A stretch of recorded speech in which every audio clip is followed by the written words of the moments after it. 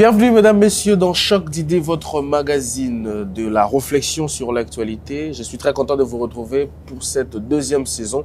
Pour le deuxième numéro, vous nous suivre sur Ecopolis Télévision, on diffuse sur TNT mais également sur YouTube grâce à Eco TV. Allez vous abonner parce qu'on s'est dit, on s'est donné un rendez-vous. Au moins d'une semaine, on doit atteindre plus de 5000 abonnés parce que ça nous permettra de faire grandir l'audience et de vous ramener les invités comme vous l'exigez. Alors, j'ai le réel plaisir de recevoir ce matin un stratège, un intellectuel, une élite. Il est économiste, stratège en théorie de développement. Il est aussi écrivain parce qu'il a écrit beaucoup d'ouvrages, dont le dernier, Sine Qua Non, pour éradiquer la corruption. Lui, c'est monsieur Al Kitenge qui me fait l'honneur de venir sur ce plateau. Il va répondre à mes questions, mais aussi à vos questions autour de l'actualité. Monsieur Al, bonjour. Bonjour cher ami. J'ai le réel plaisir, comme je le disais, de vous recevoir. Le moral est bon, je suis content d'être là. L'actualité, c'est vrai qu'on va parler des sujets économiques, mais comme le magazine est un magazine de réflexion sur l'actualité, l'actualité est aussi sécuritaire. J'aimerais quand même avoir un peu de mots, votre commentaire en tant qu'intellectuel qui regardait l'actualité politique. Comment vous expliquez le fait que ça va faire quasiment plus de 2 ans aujourd'hui qu'une grande partie de la République démocratique du Congo est sous occupation des mouvements rebelles qui, d'ailleurs, continuent d'avancer et que, de notre côté, il n'y a pas d'avancée. On continue à faire des communiqués, on continue à dénoncer. Est-ce qu'un pays sérieux peut-il se comporter comme ça en matière de sécurité? Merci beaucoup pour votre question. Moi, je suis un stratège, vous l'avez bien dit. Et mon livre de référence, c'est Sun Tzu, Oui. L'art de la guerre. Oui. Et dans l'art de la guerre, il est très clairement écrit qu'on ne se bat pas quand on a le risque d'avoir une longue guerre et quand on a le risque d'avoir beaucoup de morts et quand on a le risque d'avoir énormément de pertes. Il est donc très clair qu'il faut engager la bagarre quand on est sûr de la gagner rapidement avec le moins de dégâts possible. Et donc, en bon stratège, j'observe et je me refuse d'aller dans les commentaires vulgaires des gens qui ne connaissent pas les réalités de ce qui se passe réellement sur le terrain. Et donc, je dis, time will tell. Mais j'observe une chose. Mais ça fait 30 ans. J'observe une chose. Oui. J'observe une chose et j'aimerais bien que ça reste mon opinion personnelle. C'est que nos ennemis se trompent gravement parce que maintenant, progressivement, ils se diluent sur un espace beaucoup plus grand que leur capacité numérique, je voulais dire. Ce qui veut dire qu'en réalité, il va falloir qu'ils se réorganisent. Et à n'importe quel moment, un degré de désordre élevé peut leur être imposé. Et je suis sûr qu'il peut leur arriver des choses auxquelles ils s'attendent le moins du monde. Vous pensez qu'on peut surprendre l'ennemi au bout d'un moment, alors que ça fait 30 ans que nous subissons cette guerre sans beaucoup de... Cette guerre est une guerre de pillage économique.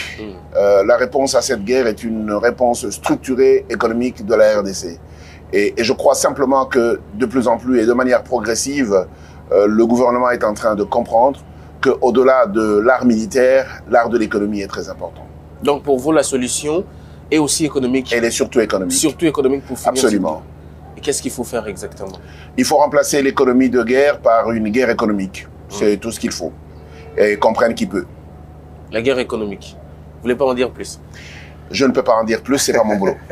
Merci beaucoup, monsieur Al Kitenge. Ça sera ça pour la question sécuritaire. Quoique, il y a une question qui me pend encore, parce que je voulais quand même savoir, vous avez brossé ça. Il y a des conditions inhumaines dans lesquelles les déplacés vivent et la paix s'avère être une solution immédiate. Si on ne fait pas la guerre, comme vous avez dit, parce qu'il faut être sûr qu'on va la gagner le plus rapidement possible, est-ce que la guerre économique peut-elle être une solution rapide pour que les gens recouvrent le peu d'humanité possible? La réponse est oui, parce que, comme vous le savez très bien, même l'humanitaire lui-même s'est converti en ce qu'on appelle le nexus. Ça veut dire, au-delà de l'humanitaire, l'économique. Il est donc important de réhabiliter la dignité des gens en leur donnant la capacité de travailler le plus rapidement possible. Et la seule chose qui peut donner des opportunités de travail aux réfugiés, aux déplacés d'aujourd'hui, c'est l'économique. C'est l'économique, comme vous avez dit. Alors, on va prendre les sujets économiques, comme vous le dites. Ça fait des années que la RDC, aujourd'hui, je peux le dire, croupit sous le fait d'une inflation que beaucoup de gens ne comprennent pas. Et c'est vraiment pour ça que je vous ai invité sur ce plateau, que vous m'expliquiez un peu comment ça se fait qu'en moins de quasiment 10 ans, notre monnaie à nous, le franc congolais, perd énormément de la valeur et on va de plus en plus vers une économie dollarisée. Qu'est-ce qui explique cette inflation aux extrêmes des extrêmes? D'abord, on a toujours tendance à confondre l'inflation et la parité monétaire entre le dollar et le franc congolais. Et il faut juste savoir que le dollar lui-même perd 3,5% chaque année en termes de valeur. En termes de valeur, oui. Ça veut dire qu'en fait, le dollar n'est pas une monnaie stable. Il faudrait déjà mettre ça dans la tête de nos compatriotes. Maintenant, vous posez deux questions. La première, c'est pourquoi nous avons une inflation persistante. L'inflation en tant que telle ne pourrait être un problème. L'inflation devient un problème quand il compresse le pouvoir d'achat des Congolais. Et je voudrais revenir sur deux choses importantes que je dis de manière permanente. Une économie qui n'a qu'une jambe, ça veut dire qu'il ne compte que sur le secteur minier pour ramener des devises dans le pays, est une économie en total déséquilibre. Première chose. Deuxième chose, une économie organisée pour être informelle en permanence, c'est une économie qui ne peut pas tenir debout parce que tous les services publics universels ne peuvent être organisés. Et troisième, et la chose la plus grave, une économie qui est basée sur les importations de biens de première nécessité n'a pas de résilience, elle est fragile. À l'heure où vous et moi nous parlons, notre ministre vient d'obtenir du gouvernement qu'on importe 1 million de tonnes de maïs pour stabiliser ou pour anticiper le risque d'inflation dans le Katanga et dans le Kasaï. Cet argent sera bien sûr payé par les Congolais de partout. C'est une injustice complètement inacceptable. Mais ça fait 40 ans que nous sommes exactement la même chose. Le même problème nous provoque les mêmes difficultés. Et ça fait 40 ans que nous sommes malheureusement incapables de structurer des solutions durables. Quand vous dites incapable, c'est-à-dire que vous faites le procès de l'élite. Parce que c'est lui qui est à la tête du ministère de l'économie aujourd'hui, est un chevronné en la matière. Je ne parle pas de lui, je parle du pays. C'est pour ça que je dis nous. Ça fait 30 ans qu'au lieu de structurer notre agriculture pour être en mesure de répondre à nos besoins, nous allons importer du maïs d'un pays qui est plus petit que nous, qui a donc moins de terre que nous et aujourd'hui qui est aride. Nous avons importé du maïs du Zimbabwe. Est-ce que vous savez ce que le maïs du Zimbabwe fait comme service? Il sert au bétail. Ça veut dire même les normes de production ne sont pas des normes de consommation humaine. L'Afrique du Sud a du maïs génétiquement modifié. Et c'est là-bas que nous allons acheter. La Zambie a du maïs largement pollué par les produits pesticides et les engrais chimiques. Tout le monde le sait. Mais c'est là-bas que nous allons emprunter, ou plutôt acheter du maïs. Et en plus, on doit le transporter au coût que cela donne pour être en mesure de l'acheminer sur nos marchés. Mais je crois qu'il y a un très sérieux problème d'organisation. Et là-dessus, je crois que tant que nous n'avons pas résolu les problèmes fondamentaux, qui sont ceux de la diversification géographique et économique sur le plan sectoriel, qui est celui de l'organisation de l'activité économique structurée, et qui est le problème de l'organisation de l'extraversion de notre économie, tant qu'on n'a pas résolu les trois problèmes, à la fois, il est impossible de donner des réponses. Donc, Monsieur Al, vous venez de dire quelque chose, je vous laisse vraiment terminer, mais vous venez de dire quelque chose qui est très grave. C'est-à-dire, au-delà d'importer le maïs, parce qu'on parle du maïs, on va importer le maïs de la mauvaise qualité, qui a une mauvaise influence sur la santé des Congolais. Mais ça, tout le monde le sait, les gens intelligents le savent, la littérature peut vous le démontrer, ce n'est caché à personne. Mais comment on en arrive là? C'est-à-dire qu'avec l'élite que vous êtes, parce que vous conseillez de temps en temps le gouvernement aussi, avec des ministres compétents en la matière. J'aurais voulu conseiller officiellement le gouvernement, comme vous le dites, mais ce n'est pas le cas. Mais je voudrais simplement dire que c'est une question d'intellectuel, c'est une question de réflexion pure et simple. Tout le monde sait que la Zambie est un pays semi-aride.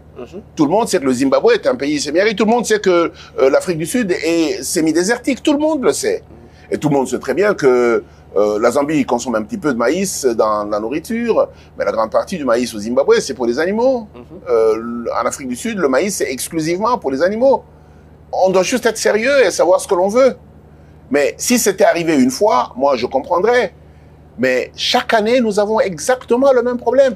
Et aujourd'hui, on a au moins un ministre de l'économie qui dit on va anticiper sur le fait que ça va arriver, il faut prendre des dispositions pour l'instant. Et les dispositions, c'est importer 1 million de tonnes de maïs.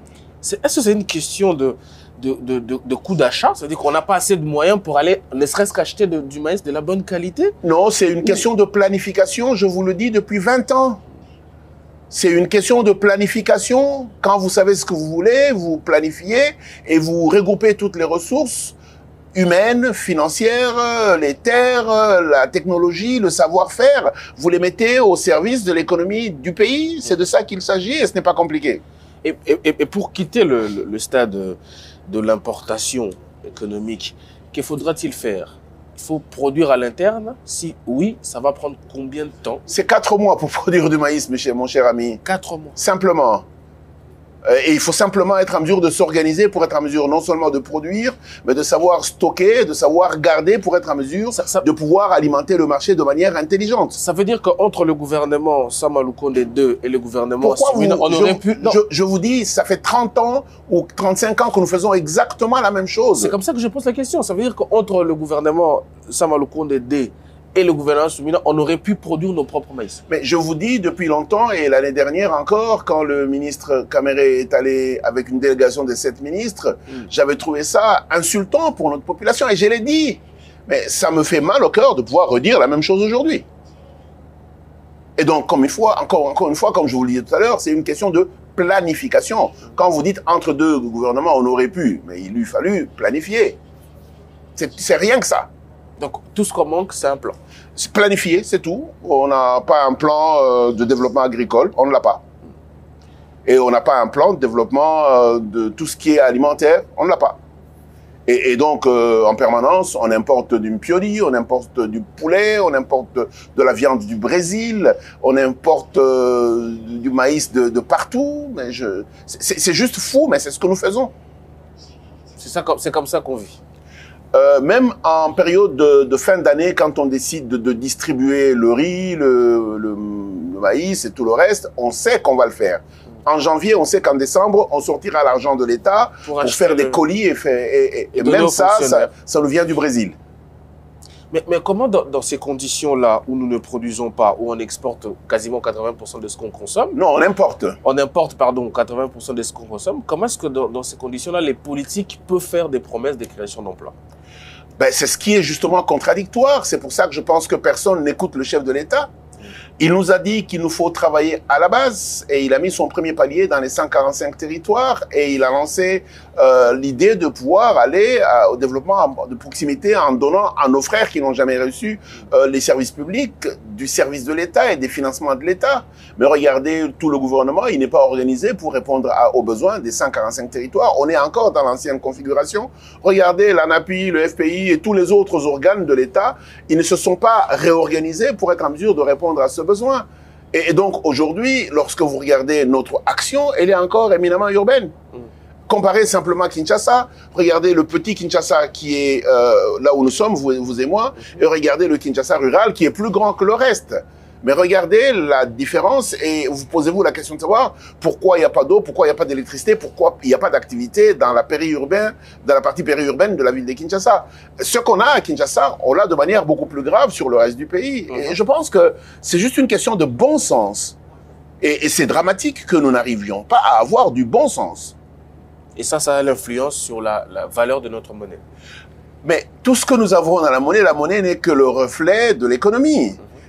Ce que nous observons dans la monnaie est la conséquence de ce qu'est notre organisation économique et financière. Mais non, qu'est-ce qu'il faudra faire au-delà de la production? Parce que j'ai envie de répéter les mêmes questions, parce que j'arrive pas. En décembre l'année dernière, oui, il y a eu un grand forum sur les questions agricoles et des décisions ont été prises. En l'occurrence, de rendre la production agricole sur les chaînes de valeur entières professionnelle et en faire un business. J'ai une mauvaise nouvelle pour vous. Entre 72 et aujourd'hui, l'État congolais, avec la Banque mondiale, avec la BAD et les autres partenaires, a lancé 47 projets. Le plus petit, 210 millions de dollars. Tous ont échoué. Tous. Pourquoi? Mais c'est de l'argent que la République démocratique du Congo doit pouvoir être en mesure de rembourser. Parce qu'ils étaient faits pour échouer, cher ami. La Banque mondiale n'a pas pour métier de faire de l'agriculture, ni la BAD. Et si le gouvernement désire le faire, il devrait le faire en tant que business. Aujourd'hui, on a quelqu'un qui nous démontre de manière assez claire qu'il est capable de produire. Il s'appelle le général Kassongo, du service national. Pourquoi on ne convertit pas tout cet exercice en une véritable entreprise de production? Il en montre le management. Maintenant, comment on fait pour l'encadrer, pour faire en sorte qu'on fasse des investissements à la fois sociaux, pour ce qui concerne la réinsertion des jeunes gens, mais également qu'on fasse de la production économiquement viable? Ce n'est pas acceptable. Vous savez, dans beaucoup de pays, l'armée est un véritable moteur de production. Effectivement. Et dans d'autres pays, l'État est un véritable entrepreneur. Le Maroc est le cas. Et au-delà de l'État, il doit y avoir la capacité, en partenariat avec l'État ou pas, que les privés s'impliquent. Mais cela doit faire partie d'une stratégie, d'une planification. Le drame, c'est que nous ne l'avons pas. Mais si on pose la question de la production aujourd'hui, on va nous dire on n'a pas d'intégration interne. Ça veut dire que les routes des dessertes agricoles sont toutes en mauvais état. On va dire qu'on n'a pas assez d'infrastructures en termes d'industrie pour pouvoir dispatcher. Je vais vous répondre sur la question, oui. Parce que c'est encore une fois une de ces théories faibles que certains intellectuels utilisent. Regardez la route numéro 1, la nationale numéro 1, qui part de Matadi jusqu'au Bandundu et tout le reste, ok? Oui. Et regardez sur le chemin entre Matadi et Kinshasa, regardez tous les villages qu'il y a. La route est très bonne et tous les villages sont dans un état de pauvreté très avancé. Les gens souffrent de kwashiorkor. Quand vous passez du côté de Bandundu, c'est encore beaucoup plus grave. Nous sommes sur une grande route, nous sommes sur la nationale numéro 1. Si les infrastructures ou si l'infrastructure seule développait un pays, cette infrastructure aurait engendré une modernisation des villages qui sont le long de... Je voudrais aller sur le Katanga, Kolwezi, Likasi, Lubumbashi. Il y a des routes qui traversent partout là-bas. Mais allez regarder tous les villages qui sont là-bas. Tous. Ils sont dans un état délabré depuis des années et c'est ainsi. La question n'est pas la question d'infrastructure. La question, c'est une question de l'économie rurale. Le drame chez nous, c'est que dans la psychologie des Congolais, on a installé le fait que les villages sont censés rester pauvres. Les gens sont censés rester précaires. En fait, nous sommes en train de dupliquer ce que les Belges ont fait sur nous. Ils sont venus nous voler et nous volons les milieux ruraux. Vous savez, lorsque vous regardez une ville comme Kinshasa, nous dépensons près de 700 à 800 000 $ par jour pour acheter de la braise. Est-ce que c'est vraiment intelligent? 700 à 800 000 $ par jour pour acheter de la braise. Et la braise, aujourd'hui, semble être la seule économie sur la route du Congo central ou du Bandundu pour alimenter la ville de Kinshasa. Mais vous savez ce que ça veut dire? Ça veut dire qu'en fait, nous ne réfléchissons pas sur la cause réelle de la consommation de la braise dans la ville de Kinshasa. C'est l'inefficacité de la SNEL. Et bien entendu, cette économie de substitution qu'il y a dans les milieux ruraux anéantit la capacité de ces gens à pouvoir se moderniser pour avoir de l'énergie propre, pour être en mesure de transformer ce qu'ils font. Ça veut dire que nous sommes là dans une roue de la pauvreté chronique. Et très malheureusement, nous ne faisons absolument rien pour être en mesure de changer cela le plus vite possible. Ce qui manque le plus chez nous, ce n'est pas nécessairement notre capacité à mouvoir les biens. C'est la capacité à savoir où se trouve quoi et où est-ce qu'on produit et qui produit et comment on fait pour lui acheminer les intrants dont il a besoin pour être en mesure de travailler. Si vous posez la question aujourd'hui à l'autorité publique en disant combien d'agriculteurs vous avez sur le territoire et ils sont où? Personne n'a la cartographie. Si vous leur posez la question de savoir où sont les tracteurs que Kabila à distribuer sur l'étendue de la République. Personne n'est capable de vous répondre. On n'a pas une cartographie. En fait, la République démocratique du Congo est un cimetière des matériels agricoles. Simplement parce qu'on le donne de manière hasardeuse. Le drame, c'est que nous ne nous posons pas la question de savoir où va l'argent de l'État et quel est l'effet qu'il donne. Nous n'avons pas réussi à professionnaliser l'économie rurale. Tant qu'on ne le fait pas, et l'économie rurale est majoritaire par rapport à l'économie de notre pays, tant que nous ne le faisons pas, nous ne pourrons pas nous en sortir. Les mines ne peuvent pas nourrir la République. Mais vous conseillez également les entreprises. Ce que vous dites là me donne l'impression que les privés peuvent s'y jeter dans le secteur, puisqu'il y a matière à faire de profit. Pourquoi est-ce que les entreprises avec lesquelles vous travaillez ne s'investissent pas? Il y a une grosse convention, entre le public et le privé qu'il faut avoir. L'État a l'obligation d'avoir une réglementation claire sur la question qui est attractive et c'est toute la question de la loi du code agricole que nous n'avons toujours pas. On n'a pas Ok? de code agricole. Tout à fait. Ça se discute depuis une dizaine d'années, mais on n'arrive toujours pas à tomber d'accord. Première des choses. Deuxième chose, il y a ce qu'on appelle la subvention publique dans le secteur agricole. Le monde entier le fait, la France, les États-Unis, tout le monde. On doit être en mesure de décider où est-ce qu'on met cet argent et de quelle manière. Les règles ne sont pas claires. C'est ce qu'on appelle la planification et la stratégie. Dès que cela sera clair, les investisseurs privés vont comprendre l'intérêt de pouvoir y aller. Et ça, c'est ce qu'on appelle un contrat, une convention publique-privée, pour être en mesure d'adresser une question sérieuse de souveraineté nationale. Vous savez, moi, je pensais que Covid avait réussi à nous faire peur et qu'on pouvait se réveiller sur la fragilité que nous avons. Mais j'ai l'impression que nous avons oublié même ce qui nous est arrivé pendant Covid. Mais ça s'explique par quoi? Parce que vous semblez dire des choses assez limpides, que tout intellectuel devrait comprendre. Moi, ce que j'aimerais avoir, les intellectuels qui manquent, par exemple. Ce que j'aimerais avoir, dans des c'est... institutions gouvernementales. Ce que j'aimerais avoir, ce n'est pas une discussion avec vous, c'est de vous avec probablement deux autres intellectuels, dont ceux qui sont au gouvernement, peut-être qu'ils peuvent nous expliquer ce qui nous empêche de pouvoir anticiper de manière définitive. On appelle ça la résilience. Et ça se construit. Ça se construit par la réflexion, mais surtout par la discipline d'exécuter ce que l'on dit. On va s'investir à faire ça. Je crois qu'il faut un face-à-face entre vous et un autre expert qui travaille peut-être avec le gouvernement, parce que ça ne s'explique pas. Je suis tout à fait preneur, je n'ai pas de problème. C'est une discussion d'intellectuels qui est censée nourrir la République, et je suis preneur. Alors, avançons un peu, parce que dans cette quête de stabilisation de la perte de valeur de la monnaie, de pouvoir d'achat, il existe une commission qu'on appelle la conjoncture, qui est généralement dirigée par la Première ministre. Et récemment, ils étaient en réunion. Ils n'ont pas dit grand-chose. Ils ont promis des mesures. Mais moi, je voudrais interroger l'expert que vous êtes. Quelles sont les mesures qu'on peut mettre en place de manière immédiate pour quand même stopper cette dégringolade de la valeur de la monnaie et surtout que ça influe sur le pouvoir d'achat? Je vais vous dire la vérité. Elle est un peu choquante, mais je vais vous la dire. C'est une bataille perdue et inutile. Une bataille perdue. Et je vais vous dire pourquoi. Parce que ça fait 20 ans, on fait exactement la même chose. Commission de conjoncture. Pourquoi on ne s'occupe pas de la structure? Parce que la conjoncture règle les questions immédiates. Ok? Et vous savez ce qui se passe? De temps en temps, on accule la gouverneure de la Banque centrale et de temps en temps, elle décide d'injecter des dollars dans le marché. Mais en fait, ça répond à un besoin qui a été stimulé par des opérateurs économiques véreux et le chef de l'État les a identifiés. Aussi vite qu'on a injecté des dollars, eux, ils les absorbent et ils les envoient ailleurs. Posez-vous la question de savoir, depuis toutes ces années, nous importons des billets de dollars, ça finit où? Qui s'occupe de faire le bilan du flux financier en dollars? En fait, nous sommes assis sur une mafia.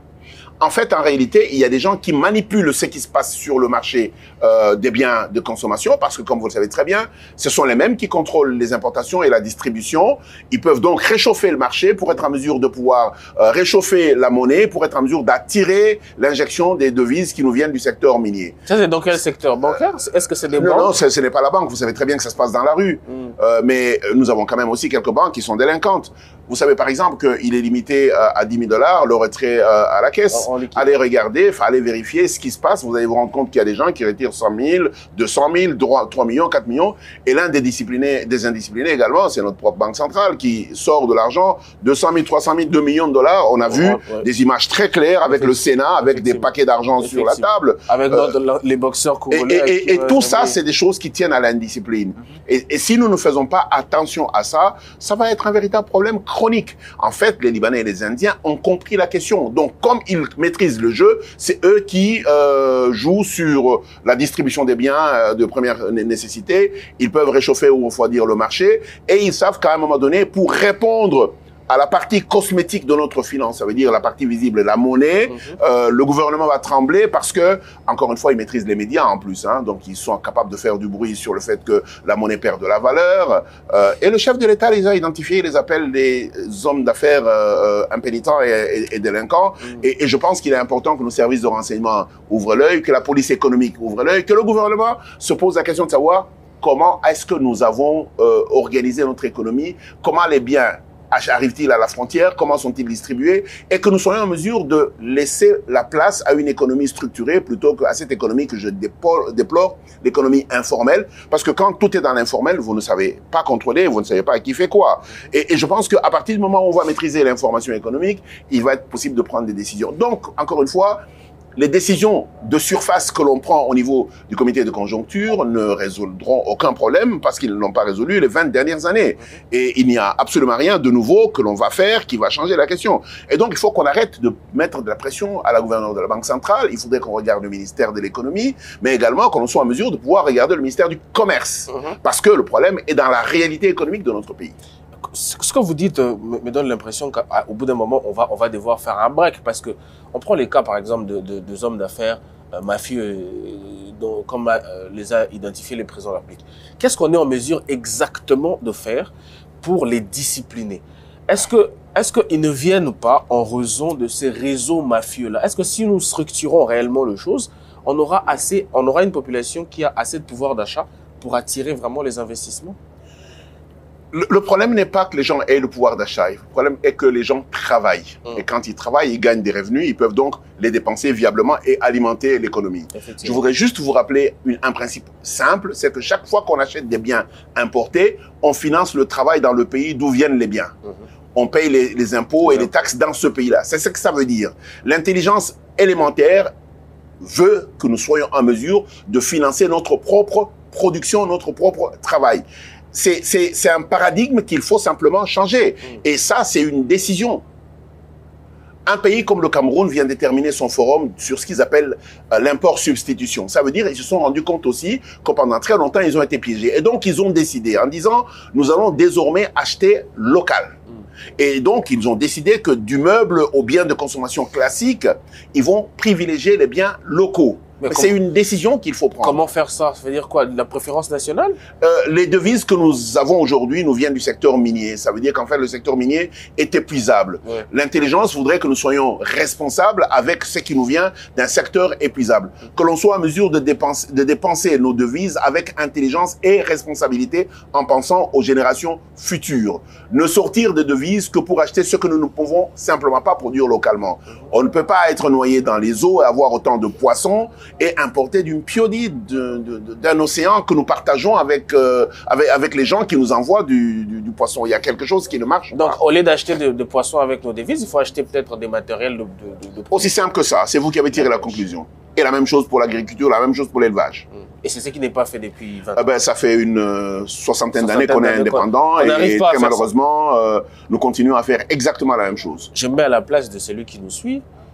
C'est inaudible. C'est malheureusement la réalité et le chef de l'État est malheureux, il le dit tous les jours. Avec tout... Suivez tous les conseils des ministres, ils répètent la même chose. Ma question c'est, est-ce que nous l'entendons, nous les Congolais? Mais qu'est-ce que les Congolais doivent faire?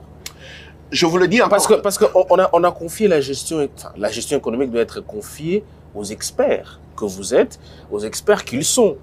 Et ce n'est pas la matière grise qui nous manque parce qu'on a l'université depuis 1954 qui n'arrête de produire des professeurs, des élites, des intellectuels. Qu'est-ce que le Congolais moyen doit faire? Mais pourquoi vous ne leur posez pas la question? Pourquoi vous ne posez pas la question à ces gens qui sont censés prendre des décisions et donc conduire des réformes pour que nous soyons en mesure de changer le paradigme? Pourquoi vous ne leur posez pas la question? Toute la question, c'est l'hypocrisie classique dans laquelle on est tous assis et c'est inacceptable. Tout le monde sait très bien que on ne peut pas prendre de l'argent et distribuer aux gens et penser que c'est ce qui va changer ce qu'on appelle l'assiette du Congolais ou le panier de la ménagère. Non, il faut que les gens travaillent. Vous ne pouvez pas à la fois vouloir créer des emplois et chaque fois que vous voulez créer des emplois, vous les créez à l'étranger en finançant l'étranger par des importations. Ça n'a pas de sens. Tout le monde parle de 2,5 milliards de dollars que nous exportons tous les jours pour importer des biens dans ce pays. Vous imaginez ce que ça pourrait être, un seul milliard de dollars injecté dans l'économie congolaise en termes de production. Ça changerait beaucoup de choses, ça créerait des vrais emplois. Et il faut moderniser le rural. C'est là-bas que se trouve notre défi. Il faut moderniser le rural. Il faut être sérieux avec le projet de 145 territoires. Il faut être très sérieux avec le projet des 145 territoires. Et c'est là-bas qu'il faut mettre tout notre argent pour qu'on soit en mesure de produire et stabiliser les biens et être en mesure de les acheminer sur les points de consommation. Il est inacceptable de penser que nous pouvons avoir de manière perpétuelle nos villages qui se trouvent dans des conditions précaires comme ils sont pour l'instant. Les villages doivent devenir des centres de production modernes, avec de l'habitat moderne, avec de l'électricité et avec la capacité de transformer les biens. C'est de ça qu'il s'agit. La farine que nous achetons en Zambie ne vient pas des grandes fermes.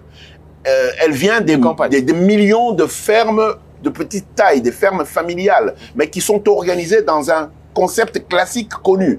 On sait comment on leur achemine la semence, on sait comment on leur achemine les différents intrants, on sait comment on cultive pour eux, pour que les tracteurs, parce que quelqu'un qui a 1 hectare, 2 hectares n'a pas besoin d'un tracteur, il a besoin d'un service de tracteur.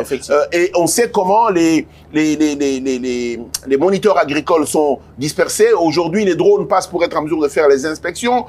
Et ça, c'est du service qui est rendu à des acteurs du secteur agricole qui n'ont pas la capacité ni intellectuelle ni financière de pouvoir le faire tout seul. Mais leur maïs, quand il sortira avec un bon rendement, une partie servira à rembourser les services qui leur ont été rendus. Il faut juste qu'on s'organise. C'est qui est valable pour le maïs, lait pour le manioc, lait pour le reste des biens que nous avons. La faiblesse chez nous, c'est que nous prenons des décisions que nous n'arrivons pas à mettre en application. Une des décisions, et ça, encore une fois, je vais citer le chef de l'État, c'est le fait qu'on a changé notre loi sur le pain. On a dit, désormais, le pain va contenir du manioc. Ça fait 4 ans. Et jusqu'aujourd'hui, on n'a pas de production. Toujours pas. Alors qu'on s'entendait au fait qu'en injectant du manioc, on va réduire le taux de besoin de devises et donc on va influencer la production locale du manioc. Posez la question aujourd'hui. C'est pas arrivé. La mesure a été prise, aucune application. Le président de la République a été même défendre cette mesure-là. Dans une conférence internationale. Mais aucune production. Allez sur le terrain. Vous êtes journaliste. Votre travail, c'est d'aller sur le terrain. C'est d'aller regarder comment nous sommes capables de pouvoir convertir les décisions en actions et comment nous sommes capables de pérenniser les actions que nous commençons. On va faire ce travail-là. On va commencer vraiment à faire ce travail-là, surtout dans les secteurs économiques, parce que l'actualité est absolument remplie de la politicarde d'ailleurs. Et je pense que ça ne sert pas la conscience collective. Mais revenons-en un peu sur la question de la monnaie. Moi, je voudrais savoir, parce que vous menez une lutte pour l'éradication de la corruption, quelle est la place de la corruption dans la perte de pouvoir d'achat? La corruption, c'est le plus grand destructeur de la prospérité. Et aujourd'hui, on est piégé. On est piégé par un groupe d'opérateurs économiques qui manipulent tout le monde, y compris dans l'information économique. Ouais. Ils sont à l'importation, ils sont dans la distribution de gros et dans la distribution des détails. Et aujourd'hui, ils importent majoritairement sans ouvrir des licences. Et personne ne fait attention à ça. Et donc, en réalité, entre leur capacité à capter les devises et à les sortir de manière légale et illégale, personne ne regarde. Vous savez, aujourd'hui, si vous posez la question de savoir pourquoi nous avons autant de supermarchés qui déferlent le pays de manière tout à fait incompréhensible. En fait, la réalité, c'est que les gens qui déploient les supermarchés n'ont qu'un exercice. Transférer légalement les devises à l'extérieur. Aussi simple que ça. Donc c'est du blanchiment. Ils travaillent sur ce qu'on appelle l'économie triangulaire. C'est ce qu'on appelle les prix de transfert en réalité. Ils ne font pas de bénéfices ici. Allez regarder leur bilan. Ils font le bénéfice à l'extérieur. Mais ça, n'importe quel économiste moyen est en mesure de le comprendre. Nous sommes un paradis fiscal. Nous sommes un danger fiscal. Nous sommes un danger, une plateforme dangereuse. Et un jour, ça va jouer un rôle très négatif à notre économie et surtout à notre capacité à utiliser le dollar. Et je voudrais simplement vous dire que si on prend le bilan du flux financier que nous avons en dollars, on va se rendre compte qu'il y a énormément de trous, et énormément de ce que les Anglais appellent les potholes, ça veut dire des endroits où on ne sait pas où est parti cet argent. Nos banques importent en permanence les devises. Il y a 40% des exportations de minerais qui reviennent ici. Après, poser la question de savoir entre la quantité de devises qui sont entrées ici et la quantité qui reste sur le territoire, où est passé le reste? Et tant que nous n'avons pas une économie organisée et qu'une grande partie de notre distribution est dans l'informel, ce sera toujours comme ça. Vous savez, la gouverneure de la Banque centrale a demandé que les terminaux de paiement dans les supermarchés soient configurés en francs congolais. Il y a des gens qui lui ont ri au nez. Vous savez ce que ça veut dire en réalité? Quand vous arrivez chez le guichetier, chez le commerçant, et que vous sortez votre carte en devise, la personne prend le montant qui est en francs congolais, converti en devise et vous facture sur votre carte. En fait, le gars fait un métier qui s'appelle change. Ça veut dire il est cambiste. Or, le cambiste, c'est un métier réglementé et il faut avoir une licence pour. Même quand vous lui donnez les billets en dollars et que lui, converti en francs congolais, vous tend des francs congolais, il est en train d'agir en tant que cambiste. C'est illégal ce qu'il fait. C'est tout simplement ce que la gouverneure voulait dire. Mais personne n'a compris ça. Mais c'est pas grave. Encore une fois, il faut juste qu'on soit sérieux avec nous-mêmes. Il n'y a aucun pays au monde qui peut stabiliser sa monnaie en ayant une concurrence d'une monnaie étrangère, y compris dans la circulation domestique. Utiliser le dollar n'a aucun problème, mais les dollars devraient servir à importer. Et nous avons un très sérieux problème aujourd'hui, c'est que dans les porte-monnaies des gens, on trouve essentiellement des devises pour des raisons aussi de portabilité. Et c'est pour ça que justement, une des solutions devrait être la monnaie électronique et les échanges électroniques. Et je crois que cela, encore une fois, doit faire partie d'une stratégie. C'est pas anticipé déjà que la monnaie en papier, on n'arrive pas à maîtriser le flux. Est-ce qu'on saura techniquement maîtriser le flux en monnaie? Il y a deux avantages avec la monnaie électronique. Un, on ne dépense pas de l'argent pour l'imprimer. Ok.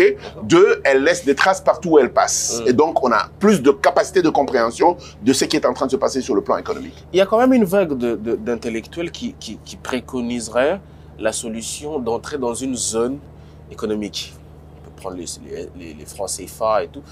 Ils disent qu'à l'allure où nous allons complètement perdre le pouvoir du franc congolais et que pour résoudre le problème du pouvoir d'achat, il va falloir intégrer une zone économique pour partager une monnaie avec beaucoup de pays et résoudre nos questions, nos problématiques de production. Est-ce que vous êtes d'accord avec ça? En fait, vous parlez d'une question simple en disant oui, on peut résoudre le problème en le fouillant. Non, le problème du franc congolais peut être résolu ici et aujourd'hui et nous intégrer dans une zone beaucoup plus grande est peut-être un avantage pour d'autres raisons, mais si nous désirons résoudre la question que vous évoquez, vous êtes en train de dire nous n'avons pas suffisamment de discipline pour être en mesure d'appliquer les mesures, pour être en mesure de régler la question. Non, nous, si nous le désirons, si nous le voulons, si nous sommes sérieux et disciplinés avec ce que nous faisons, la stabilité de la monnaie, la stabilité de la monnaie et la capacité de notre monnaie à occuper notre espace, c'est une question de décision et d'exécution. Mais ça fait 60 ans. En fait, ça fait 60 ans que la décision et l'exécution n'arrivent pas. Je vous le dis encore une fois, ce n'est pas fatal, ce n'est pas du tout fatal, et il suffit que l'on soit sérieux avec ce que l'on dit et ce que l'on fait. Oui, mais monsieur Al, ça fait 60 ans qu'on n'arrive pas à être sérieux avec ce qu'on dit et ce qu'on fait. Et moi, je dis encore une fois que vous et moi, nous sommes capables d'engager la rupture. Et le chef de l'État nous donne des outils pour engager cette rupture. Il faut juste suivre ce qu'il dit. Ce que je dis, c'est que nous devons être en mesure de produire sur le territoire national et consommer ce que nous produisons, n'utiliser nos devises que pour importer des biens d'équipement et de transformation, et les biens que nous ne pouvons pas produire exclusivement localement, mais c'est une question de discipline. Et je ne crois pas que nous soyons d'une faiblesse fatale. Je crois que le jour où nous allons prendre des décisions globales et que nous allons avancer, ça va changer les choses. Je vais vous donner un chiffre. Allez-y. L'armée, chez nous, c'est 1,5, 1,6 milliard de dollars par année que nous dépensons dans la guerre. Vous savez que si un jour, et je le souhaite rapidement, que cette guerre s'arrête, il va falloir que l'on continue à utiliser cet argent, mais cette fois-là pour faire de la transformation économique. Ça veut dire que l'argent existe. On est passé de 4,7 milliards de dollars à 12, à 16 aujourd'hui. Pourquoi on ne consacre pas une partie de l'argent pour engager une transformation économique? C'est des décisions qu'il faut prendre. Des décisions. Et aujourd'hui, le chef de l'État a pris des décisions du genre, on va aller dans la couverture santé universelle et elle est en train d'arriver. On a dit, on va aller dans la gratuité de l'enseignement, on est en train d'y arriver. Ça va prendre du temps, il faut plus de moyens, mais on est en train d'y aller. C'est de la même manière qu'on doit prendre la décision de produire et de consommer localement. Et ça doit être une décision souveraine, ça doit être une décision que nous prenons de manière sérieuse et ça doit avoir des conséquences immédiates dans l'application dans les différents secteurs. Industriel, agroalimentaire, pêche, élevage et les infrastructures. Ça doit être quelque chose de coordonné. On doit arrêter de vivre dans des silos ministériels. On doit être en mesure d'avoir une transversalité de vue. Merci beaucoup, Monsieur Al Kitenge. Il nous reste pratiquement 2 minutes. Je vais vous poser une dernière question, un peu une question d'actualité. Comment vous avez appris, comment vous comprenez l'arrivée de Pepsi, parce qu'on a vu ça sur la toile, les journaux ont écrit que Pepsi va finalement s'installer ici pour avoir la capacité de produire localement et donner de l'emploi aux Congolais. Est-ce que c'est une mesure à louer ou on ne saura pas maîtriser, comme vous le dites. Ça peut se transformer. Si ce n'est pas Pepsi, ce sera les différentes boissons qui nous viennent d'Angola, et il y en a beaucoup qui sont ici. Et les ministres ont pris une circulaire pour arrêter. Voyez-vous, donc nous réagissons. Pepsi, Cola ou d'autres entreprises qui s'installent ici, c'est une très bonne chose. Est-ce que la question que vous me posez, c'est de savoir s'il faut consommer beaucoup de Pepsi Cola ou beaucoup de Coca-Cola? Je pense que c'est pas ça la question. Mais c'est de dire, si nous produisons localement ici, au moins notre eau va être utilisée et nos employés vont devoir travailler. C'est une très bonne chose.